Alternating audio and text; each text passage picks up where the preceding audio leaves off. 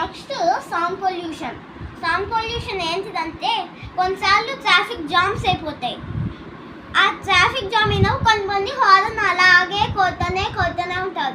అప్పుడు ఆ సౌండ్ మనం విన్నప్పుడు అబ్బా ఎందుకురా వీడు ఇట్లా కొడుతున్నా అన్నట్టు అనిపిస్తుందా లేదా? అనిపిస్తుంది. అందుకే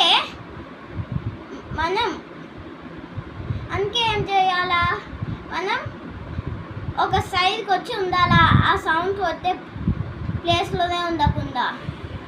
అట్లా సౌండ్ కొడుతూ ఉన్నప్పుడు చెవు నొప్పి వచ్చేసి ఆ సౌండ్ మన చెవులోకి వెళ్ళి ఆ సౌండ్ అనేది వింటూ ఉన్నప్పుడు చెవు నొప్పి వచ్చేసి ఆ చెవు అనేది హెడ్కి అంతా బాడీ పార్ట్స్ అంతా హెడ్కి అటాచ్ ఉంటాయి. ఈ చెవు నొప్పి వచ్చేసి హెడ్కి అటాచ్ అయిపోయి తలనొప్పి వచ్చేసి బెడ్ పైనే పనుకొని ఉంటాం. ఇంకా అసలు ఏం పనులు చేయలేము. మళ్ళీ కొన్నిసార్లు పెళ్ళిళ్ళు అట్లా వస్తుంటాయి. ఆ పెళ్ళిళ్ళలో డీజే సాంగ్లు ఎక్కువ పెడతారు గట్టిగా. ఆ సౌండ్లు విన్నామంటే మన చెవులు నొప్పి వస్తాయి. అబ్బా ఏంటి వీళ్ళు ఇట్లా పెట్టినారా అన్నట్టు అనిపిస్తాయి లేదా? అనిపిస్తాయి. కాబట్టి మనం అక్కడ నుంచి తొందరగా వెళ్ళిపోవాలా.